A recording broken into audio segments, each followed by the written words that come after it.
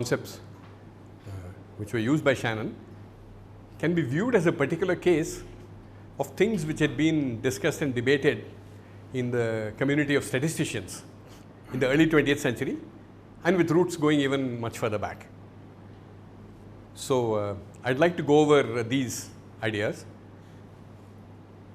and it's sort of interesting. If you think of statistics as a religion, it follows the pattern of all great religions, that they have to at some point split into two camps.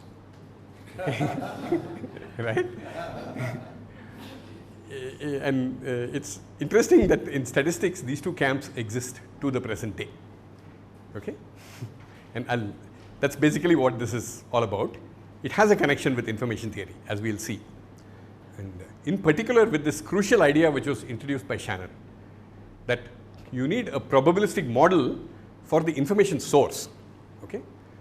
And if you're given that model, and now I'm speaking in general terms, need not be the specific model I told you of 26 symbols occurring with some probabilities or anything, but you need some probabilistic model for the source of the message, and then you also need a probabilistic model for how the message is modified by the noise.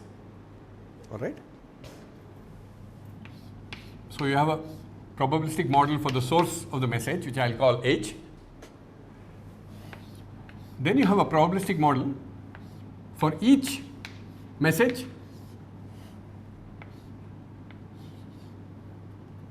what is the received message, and this is probabilistic because this is noisy. Okay? And then from these you try to, well, you would say this is probabilistic, this is probabilistic. So, at best you would get a probabilistic model for what was originally transmitted. Now, what Shannon did was to carefully engineer the properties of the message. In other words, don't send it at too fast a rate, make sure you have enough bandwidth, make sure you have enough signal to noise, and then your final deduction about the original message will have probability 1. You will really construct that message. So, this, if you like, is a best case scenario. Now, in terms of messages, we would like this to be the case, but just broaden it to any field of experimental science, okay, where H is like a hypothesis, okay, all right, and then it's the disadvantage of the long blackboard, right?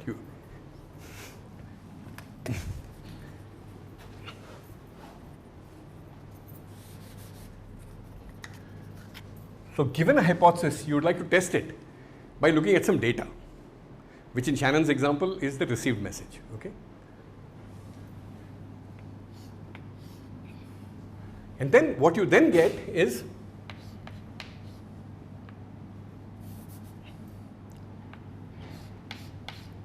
the statement that you can make about the message after receiving the data. This one, by the way, is before receiving any data. So, that is, if you like, the entropy of the source. Okay? And as I said, the particular case which we looked at last time was when this actually is uniquely picks out one of the possible messages. Okay? But the more general case is what I am showing you here. I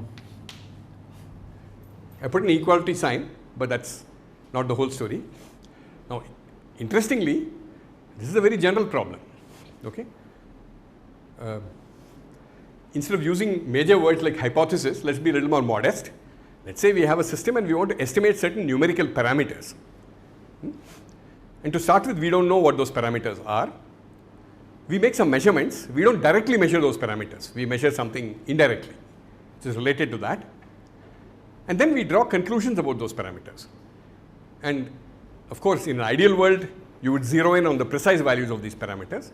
In the real world, you end up with a probability distribution for your parameters, or what is informally known as error bars. Okay? So, this is a very universal feature in experimental science. So, again, just to illustrate the issues, I am going to choose an example which is, I hope you don't regard it as insulting. Okay. So, you have a y and an x. So, let us say x is time and y is the price of potatoes. Okay. And since and there are some measurements. And let's say you have a theory of everything, and therefore you have a theory for how the price of potatoes should vary with time. And it's a very simple theory that y is equal to mx plus c. Okay. Okay. This is the classic least squares problem, right? Now, what we have all been trained at your mother's knee to do is you could draw any number of lines here. I mean, if you had only 2 points, you would draw a unique line. The moment you have more points, what you do is draw a line. So this is x1. So then you modify this equation. You say y. So first of all, for each point, xi, I goes from 1 to 5 or something like that. You have the corresponding yi. It doesn't agree with your theory because of some kind of noise. Okay. So I'm going to call it plus ri. The reason for calling it r is it's called a residual. So this is the theoretical value. Your experimental point is here, and this is r1, this is r2, r3, etc., etc. Okay. And what we are taught is choose M and C to minimize the sum of the squares of these residuals. And the best justification for this is that it was invented by Gauss, and his IQ is around 200. So, and actually, it's a rather dramatic or even romantic story of when he invented this. I think in the beginning of the 19th century, a minor planet was discovered by some astronomers. They got a few observations, and then because the Earth is moving and the minor planet is moving, it got hidden behind the sun. And then a few months later, again, it was not hidden by the sun. But now where do they point their telescope to find this planet? Do they do the same search? So you need someone to work out the orbit from these observations. And Gauss did it. And these observations had errors in them. And actually what he did was more sophisticated than this, because the theory for planetary orbits is not a nice linear equation like this. It's a more complicated equation. But again, if there was one person who did not have to be afraid of complicated equations, it was Gauss. And he invented the method of least squares. Okay. Now it's intuitively it's fine, right? But if you asked what's the real justification? Why should I pick this rather than this? So one answer would be, look at the residuals in the first case. Okay. So let's call this case A and call this case B. So now we are only going to plot the residuals as a function of x. So in case A, the residuals, what do they look like? Okay, so this is down, up, little more down, up. So this is the residuals of case A. And the residuals of case B, would be much larger. Perhaps this is okay, more negative, etc. So your reason for preferring A to B must be that in some sense you prefer the residuals to look like this, and you don't want the residuals to look like this. Now what are these residuals? They are some random process. Okay. So the whole issue of what M and C to pick translates into your belief that the residuals are more like this and not like this. So what can that belief be based on? Can be based on the probability distribution of the residuals. So if you were Gauss, which probability distribution would you use? Okay, you would use the Gaussian distribution. Okay. So e raised to minus r1 squared by 2 sigma squared, e raised to minus squared by 2 sigma squared.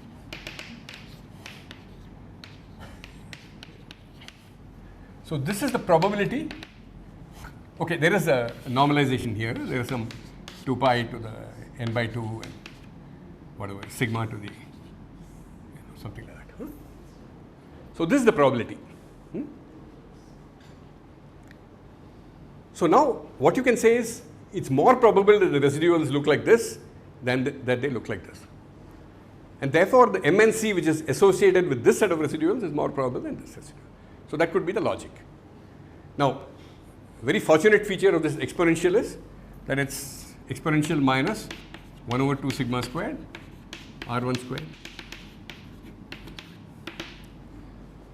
So if you want to maximize this, maximize the probability of seeing these residuals as compared to these, because this occurs with a minus sign, you have to minimize the sum of squares. Okay? So that's one way of, probably Gauss's way of thinking of the method of least squares. Okay? Now, that's fine as far as it goes, but there is a slight logical flaw in this reasoning. Okay? So what have you really done? What you have done is, you have assumed that MNC are fixed for a moment, all right? So you're really fixing the values of H. So H, as I said, in a very general framework is hypothesis. In a practical framework is some unknown parameters characterizing the system under study. Okay? I mean, if you want to think in terms of numbers rather than ideas. Okay? So what you have really worked out is the conditional probability of getting these data, right? Right? Once you know the residuals, you of course you know the data as well, right? For a given hypothesis. So I've sort of slipped in this notion of conditional probability, okay, which we'll say more about. Ideally, what would you like in a method, in a scientific method? So what this really tells you is, if MNC were really fixed, and I did multiple experiments, one of the experiments would give these R's, another experiment would give a different set of R's, and those different sets of R's, that is different D's, for a fixed H, are described by this probability distribution. So you're looking at how likely it is that I would have got this data. So in fact, what has been done here has a proper name in statistical literature. It's called maximum likelihood.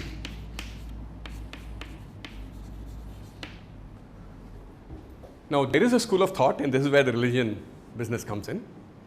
A lot of people practice maximum likelihood, including one of the great statisticians who emerged from Indian soil, C.R. Rao. I mean, I'm amazed every time I read about him, because he has results which are all in the textbooks which he wrote as a graduate student in 1940s. And if you go to Hyderabad Central University, you will see him there revising his book on linear statistical inference. Now, how many years is that? Okay, so anyway, that's a giant figure. And he has worked largely in this school. Okay, but so it's with due respect and trepidation that I'm going to introduce you to the alternative school of thought. The alternative school says, I have got a set of data. I want to know the probability distributions for MNC, right? I have only one set of data. Okay, you may say I may take more data. Okay, then include everything. At some point you have to stop. You have a unique set of data. So we are not talking of multiple sets of data. We are talking of one set of data, and you want a probability distribution for MNC. So this is not what you want. What you want is, given the data, so in this notation, P is a probability, vertical line separates what you are given on the right hand side and what can vary on the left hand, on the left of the vertical line. So given your data, what's the probability distribution for MNC? That's what you really want. So even take the simplest operation of taking an average of n numbers. You get an average, but because your sample is finite, it's not the true average, and you would want to get the error on that. And people by and large use this kind of reasoning. They say, if there were a true average, the small sample would give you readings on either side of it by so much. Okay? In other words, they talk about this. But what about this? So this brings us, now going still further back in time, something like 1763, those are really far back. The way to tackle this was given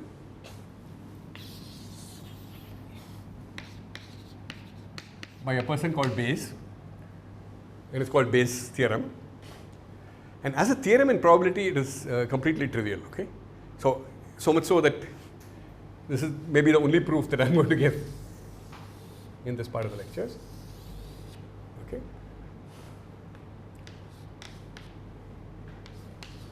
So we have two things, A and B. So instead of keeping it very abstract, we'll say A consists of people who like apples and B consists of people who like bananas. Okay. So the following definitions are clear. By the way, there is a full population which could be outside this, which doesn't like either apples or bananas and so on and so forth. Huh? So P of A is the fraction of the full population who like apples. And P of B is the fraction who like bananas. Now there's another quantity, and I want you to look at this carefully. It's P of A comma B, which can also be written as P of B comma A, it doesn't matter. It refers to the fraction of the total population who like both apples and bananas. So these people. So it's quite symmetric with respect to A and B.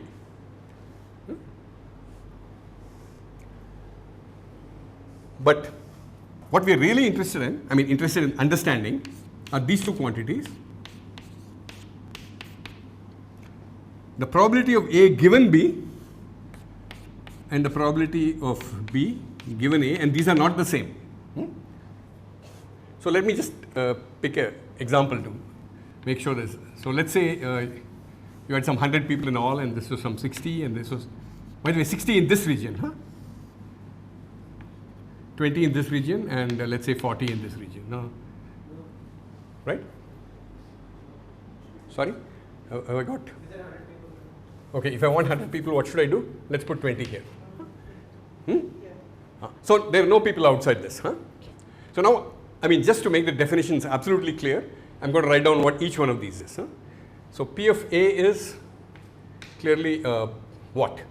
0.8, yeah. P of A is 0.8. P of B is 0.4. Both of these are equal to 0.2. Now P of A given B, all right? So given B, which is 40 people, what's the probability that it's an A, 20, so 0.5, right? P of A given B is 0.5, and P of B given A is 1/3, 0.33, right? So these are two very different. The conditional probability of A and B are two different things logically, right? Maybe a slight sociological digression, since I move with sociologists in Azim Premji University. Very often we do confuse these two things. The example I've given in my notes is that we all know that you get these messages saying that there's a large amount which has been left to you by some millionaire, if only you will give up your credit card number, etc., etc. And many of them originate from Nigeria, let's just say. Okay. So yeah. Sorry. Have I got something wrong? Which one? B given A, okay. So given A, 60 plus 20 is 80. And yeah, 0.25, thank you. I hope, but it's still different from this, right? So let's say a large fraction of phishing messages come from Nigerians. And then you meet a Nigerian on the bus in Bangalore. Do you immediately attack that person because, they are the kind of people who give phishing messages? Unfortunately, in Bangalore, this actually happened. Okay. So the two are really different, and one shouldn't cast aspersions on other countries because equally terrible things happen in our own country. But it's true that the large population, in jails in various southern towns in the US is black. But that doesn't mean that every black person, is, a criminal, right? Anyway, putting aside the sociology, the important logical point is that P of A given B and B given A are two different things. Okay. So that means, even though Gauss was a great man, he only went part of the way, because he worked out the frequencies or probabilities of getting different data sets given a fixed hypothesis. Whereas someone who really wanted to be very logical would say, given the one and only data set that I have, how can I compare different hypotheses? And this is especially true in cosmology or something like that. Right? You measure the cosmic microwave background sky and that's it. You're never going to get another one. right, if you measured it accurately.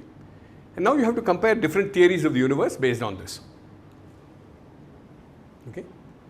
So how do you connect these two? And from this example, it will be absolutely clear that this P of A comma B can be thought of in two independent ways. First, you look at the fraction who are A's, and then you look at the fraction of those people who are B's. Okay. Right. So just to check, what was this? This was 0.2, and P of A was 0.8, and thanks for this correction, because 0.8 into 0.25 is 0.2.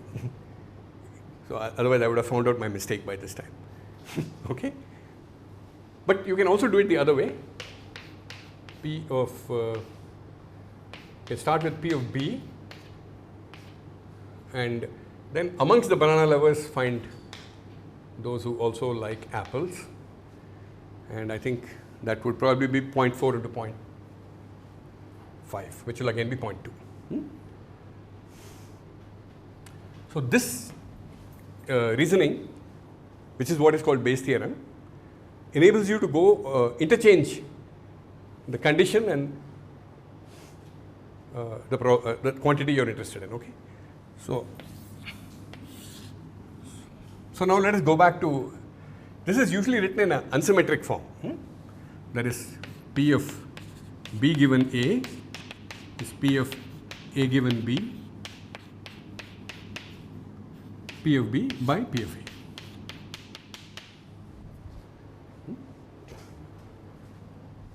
And this provides you the logical foundation for a theory of statistical inference, which naturally is called a Bayesian theory. And some people even call it Bayesianity, because strong beliefs are there. Now, okay, there you go. So actually, if you don't mind, I will go back to the original framework, go away from apples and bananas, and okay, we can rub out the least squares example. Yeah. So I almost got Bayes' theorem for you here, right? P of hypothesis given data is this thing which we understand and Gauss and others calculated, P of H by P of D. Okay. So this is completely logical, but it requires you, and this is at the root of the controversy. So this is the probability of some particular statement about the world being true given your data. This is something you should understand. If that statement is true, what kind of data would it produce? And it need not produce a unique set of data. It may produce a noisy set of data, just like our single transmitted message produced a whole collection of received messages based on noise. So everything like noise, everything about your experiment is really contained here. D may not even have the same dimensions as H, right? I mean, it's a different quantity which is connected in some way to this quantity. Now remember, we are interested in comparing different hypotheses. D is something fixed. So because D is something fixed, this is a fixed number. As you vary H, this doesn't vary. So don't worry about it for the moment, but it is needed to make this probability distribution properly normalized. Now this is the real killer. Okay? This is the probability of the hypothesis being true before you got any data. Okay? This is called the prior.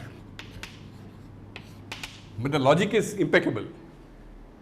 If you want to infer something about the real world based on data, you already must have some idea of what you're looking for. Now Shannon, of course, put his viewpoint up right in the beginning. He said, your telephone conversation, which you think is full of so much meaning, is actually a stochastic process governed by some probabilities. Okay? And based on that hypothesis, he constructs an ensemble of messages, find its entropy, etc., etc. Okay? And ultimately, that can only be validated by actual experiments. Okay? Now there is a way of reconciling this point of view, which is called the Bayesian point of view. So I should tell you what is the opposing school.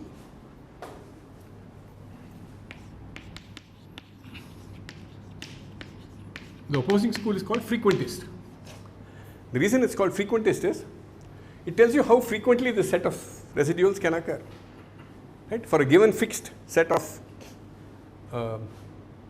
M and C, fixing them, and it takes that frequency to, again, it turns it around and says that's the probability for the M and C, but that's not, as I said, logically that cannot be justified.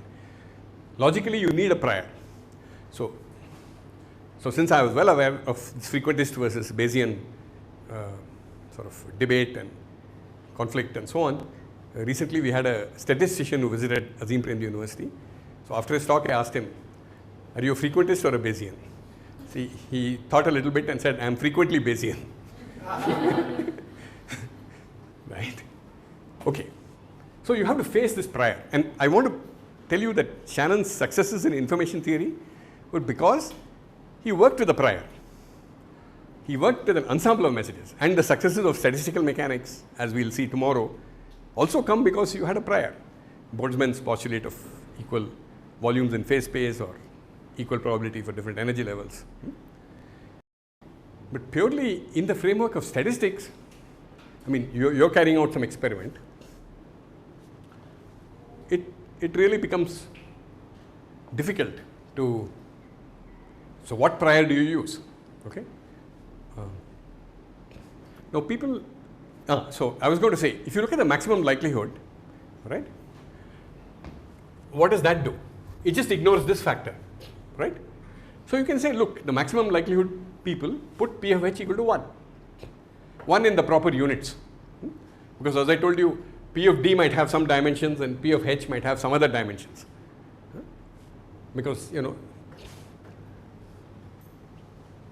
now that is one escape route. Okay. However, it's not a very nice escape. What it really says is that before we measured M and C, we assumed M and C to have a uniform probability distribution. Now, of course, first of all, a uniform probability distribution is not something you can normalize. If it goes all the way from minus infinity to plus infinity, right? But that's, I mean, you give some reasonable limits and then you say, within that, I'm unbiased. So there's an air of virtue of putting P of H equal to 1, right? It's called a uniform prior. But there's again a logical flaw in that, especially for continuous parameters like M and C. Okay? So let us say this is M and we have a uniform distribution in M. Okay? Number of values of M, all of which are possible. And that's because you chose the variable M. So the probability of finding it between some two intervals, M1 and M2, is simply proportional to M1 minus M2,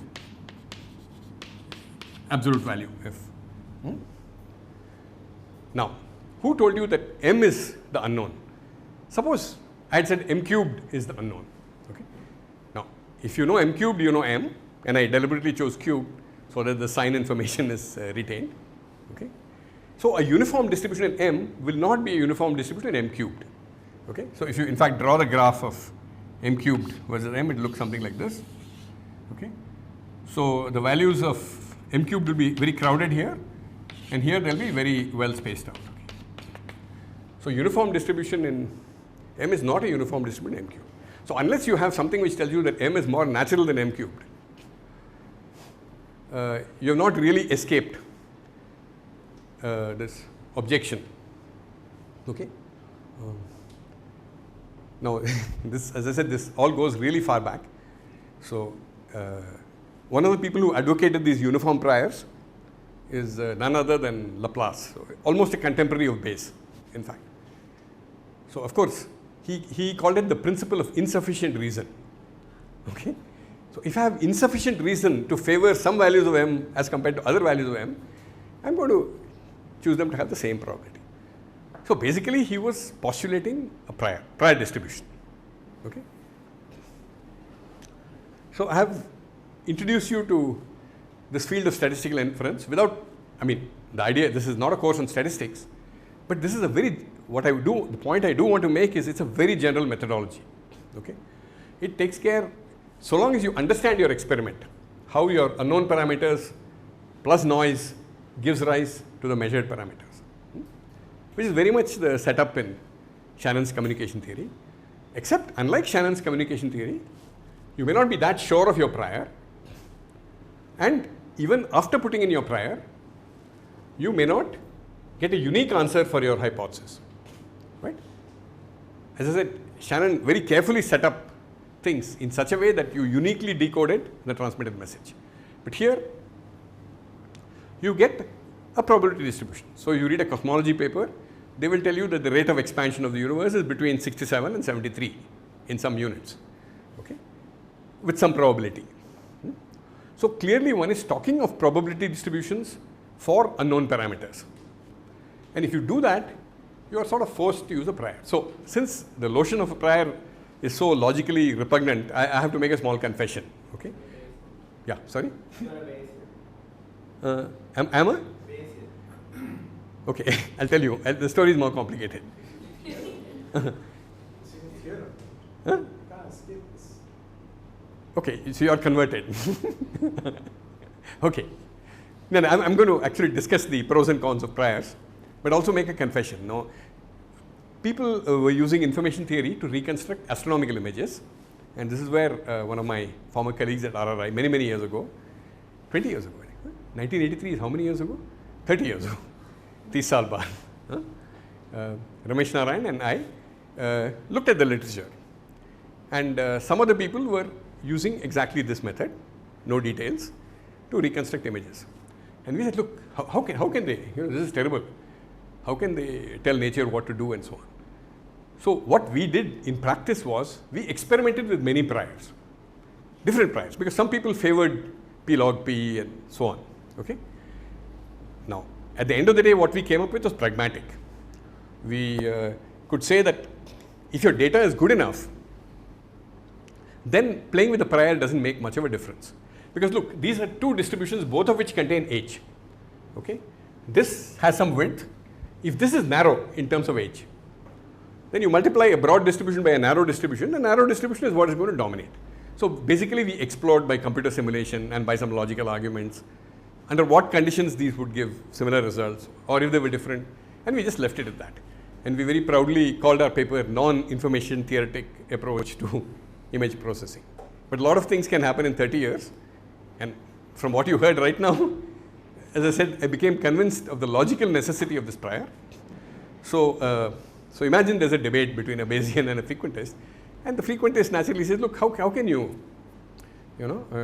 postulate this prior? I said, look, then no, you think you are not postulating a prior, but you are just postulating a prior equal to 1 in some variable, okay? So this is, I think it reflects the fact that no one can go into a situation of trying to understand some scientific problem without some idea of what the problem is. You have to know what your ignorance is.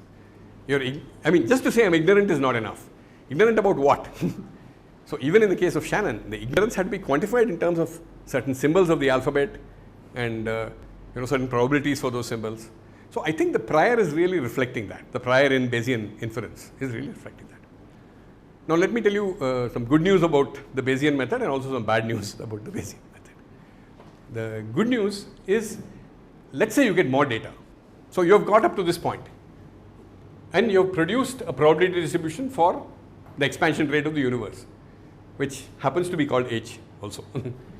All right. Then someone comes and gets you more data. What then you have two options. You can either go back to your original prior, throw in the full data, and come up with a probability distribution for h. Or you can say, by the way, since this is called prior, I should tell you what this is called. No prizes for getting what it's called. It's called posterior.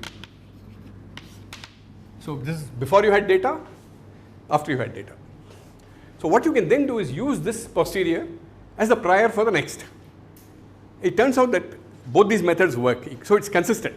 You can either put all your data together, but you don't have to wait till you get all your data. As the data comes in, you can keep constructing. You can use the posterior from the previous set of data as the prior for the next set of data, which is actually a good description of what scientific method should be like. Though I should tell you an interesting anecdote about this. All this assumes that the errors are well understood and so on. Now, many of you may know that Michelson received the Nobel Prize for measuring the speed of light with increasing accuracy. What is true is that every measurement he made lay outside the error bars of his previous measurement. Okay. I mean, not by much, but because he was really controlling systematic errors, okay, which are not taken care of in your model of noise and all that. Okay. So that's the good part of the Bayesian scheme.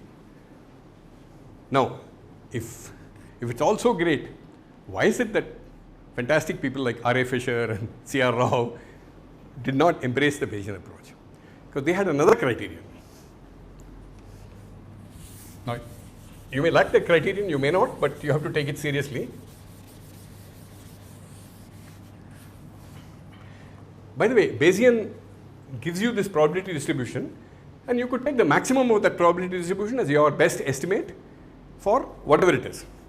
The rate of growth of price of potatoes with respect to time, or the expansion of the universe, or any other parameter that you are interested in. Okay? So let's say you pick that value. Then you do another experiment, you get another value. If, of course, you are already being frequentist here. Then if you took the average of all these experiments, would it come closer and closer to the true value? Okay? And so this is called the criterion of being unbiased.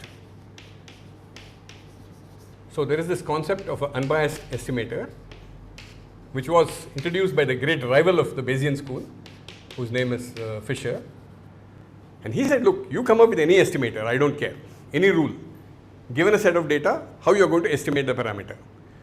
I am going to only ask you that if I have a finite sample and then I take a large number of averages, is it going to be unbiased? And the interesting answer is, the Bayesian thing is not always unbiased. Okay? So now you have a choice. Right? And the reason why it's not unbiased is precisely because of that prior. The prior is tilting it towards, it's giving you, it's expressing your preference for certain values over certain other values, even before you took the data. Huh? So as I said, the frequentist versus Bayesian debate is centered around how important you regard the concept of an unbiased estimator. In fact, Bayes and bias are synonymous. I mean, they both, one goes along with the other. So now there is one more aspect of this conceptual aspect that I would like to touch on. What's the meaning of this probability? Okay. Now it is conceivable to, take many data sets on the price of potatoes and, estimate the rate of growth and so on. And therefore, if you make a statement that the error bar on my M is so much, it's a testable statement. Okay. You could do many things. And so that is the frequentist interpretation of probability. How do you verify that the probability of something is so much? Repeat many times. Of course, you will never get exactly that number, but there's some kind of belief that you will get closer and closer to that number if you repeat the experiment. But the need for another point of view becomes clearest if you look at, as I said, fields like cosmology, where you have only a single measurement. Okay? Of course, the measurement has noise, and you could reduce the noise. But even if you completely reduce the noise to zero, you have something called cosmic variance, namely the fact that we have one universe. Now, strictly speaking, people in other galaxies are observing a different kind of sky, but unfortunately, we don't have any access to them. Okay. So then, what do I mean by the probability of this result being true lying in a certain range? Okay. So this is now this is getting into philosophy. Okay. So what's the meaning of a probability? And so I mean, I'm not a professional philosopher, but following this trail, I had to go to the literature to see, and the answer is somewhat surprising. So there is an entire school of what is called subjective probability. So instead of hiding behind the subjectivity of P of H, people are saying yes, we are subjective. So P of H is not something which can be verified. Okay. So they say it represents your degree of belief. So of course your degree of belief and my degree of belief might be different. So then we just agree to differ, okay? And the cause of the difference is also very clear, because my P of H is not your P of H. So if I have a complete theory of the phenomena, some hypotheses which has a basis, then P of H is in some sense calculated. Yeah, I think. In a sense, yeah. You need a theory to be able to even make the differences. A complete theory. So the complete theory will tell you, see, okay, we have, in that sense, current cosmological theory is not complete, because it contains parameters, like the expansion of the universe, the density of matter, etc. etc. Okay, I agree with you, but so regarding cosmology, isn't yeah. it that you make a hypothesis that if you look at this part of the sky, and this part of the sky, and this part of the sky, in a sense that's a statistical answer, some hypothesis like that. Otherwise, how do I understand it? Cosmology, this type of thing. Okay, what you are talking about is, say, okay, so for example, cosmology believes that statistically everything, things in different sides of the sky should look uniform. So it's interesting you took this example, because recently working on just this example, a friend of mine wrote to me, and he's also published the paper. There's a particular set of radio sources. I'm sorry, I didn't intend to bring this up, but you sort of pulled me into it.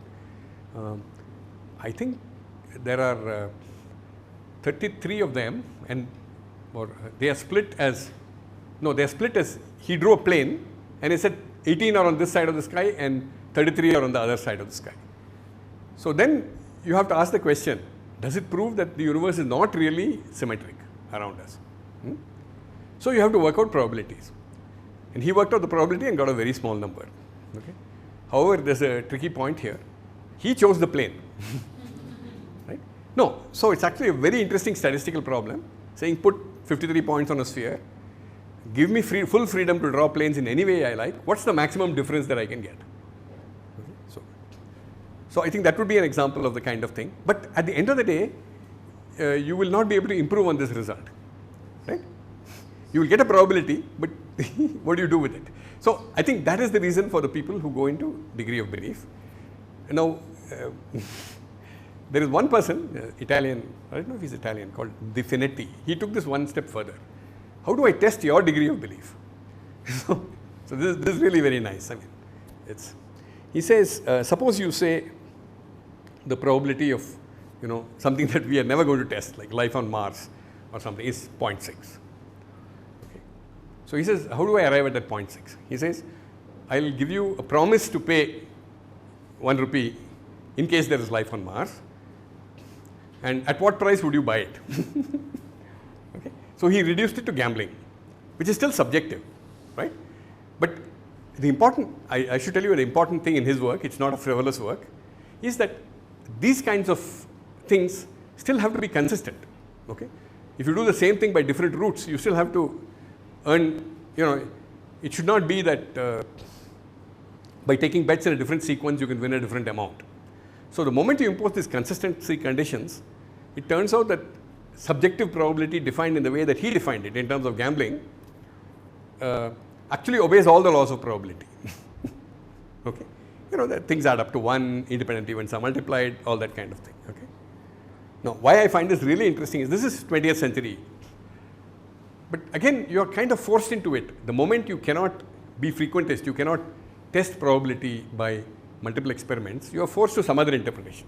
Why I like the gambling interpretation is this is how probability theory originated in the first place. So sometime in the 17th century, I mean, that was a century in which, mathematicians, moved in good social circles, including gamblers. And a couple of gamblers told Fermat and Pascal, look, we are seeing these patterns, can you explain them? And they explained them. And probability theory was born. So we have now come full circle. Okay. I mean, for all practical purposes, it doesn't make a difference. But I thought some of you might be amused by these more philosophical things. Like, do we need a prior? And do you need a prior? Is it an honest admission of subjectivity, or is it an indicator of bias? I leave it open to you. And secondly, no matter what, when you give probabilities which cannot be tested by repeated experiment, what do they mean? So I think I'll leave you with these questions, and we'll plunge into some more nitty-gritty issues relating to real physical systems, statistical mechanics tomorrow.